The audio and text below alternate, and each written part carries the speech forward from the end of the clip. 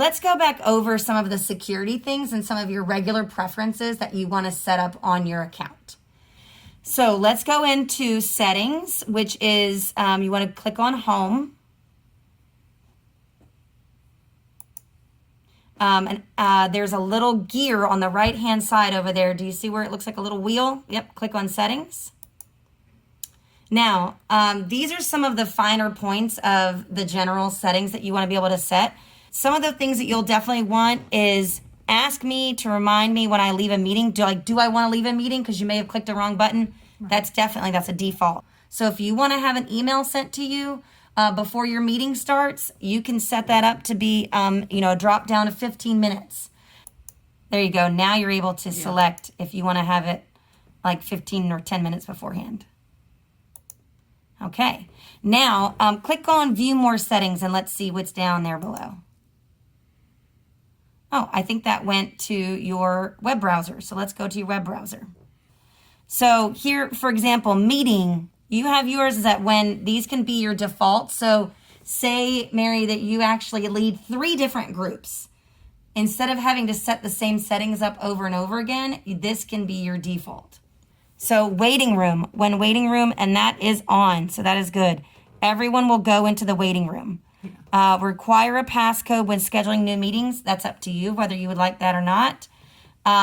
Requiring a passcode for instant meetings.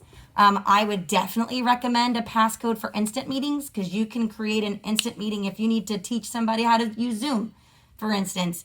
It's instead of creating a brand new meeting, you can just go up to and join a meeting and host a meeting.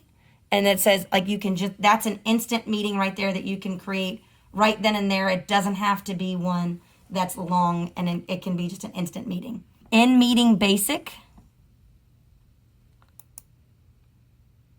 So there's a lot of different things in here that you'll want to review. Hosts and participants can send the files through the in-meeting chat. You may not want files to be sent in your chat room. So go ahead and click that off. One great feature that you can add to this is by having a co-host. And basically what that means is you can have someone else act on your behalf. So say you're like, hey, I've started a meeting, but I have to get something from the other room. Marty, can you be my co-host for me and let people into the waiting room? Because otherwise you're going to have people sitting around waiting for 5 minutes or whatever. So let's go and see. There it is. Allow the to add co-host. So that's where you want to add co-host. So make sure that that's selected and it's highlighted as blue. Screen sharing. This is where it's really important. Allow hosts and participants to share their screen or content during meetings. Right now it's selected as host only, which I would agree with, unless you are partnering with someone in your small group where they're wanting to show video too. And if that's the case, then you can make that person a co-host and they can share the video, but the rights still are in your possession. So let's keep going down.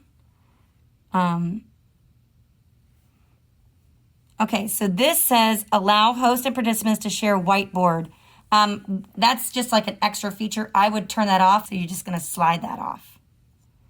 So if you have any questions about how to attend a Zoom meeting after watching these videos and trying things out, feel free to reach out to myself, Stephanie Jenkins, or Alyssa Morris at the church by phone or email, and we will try and help get you through this. Once you get started, it's pretty easy and you can roll right on through it. It's really just the startup process might be a little different for you.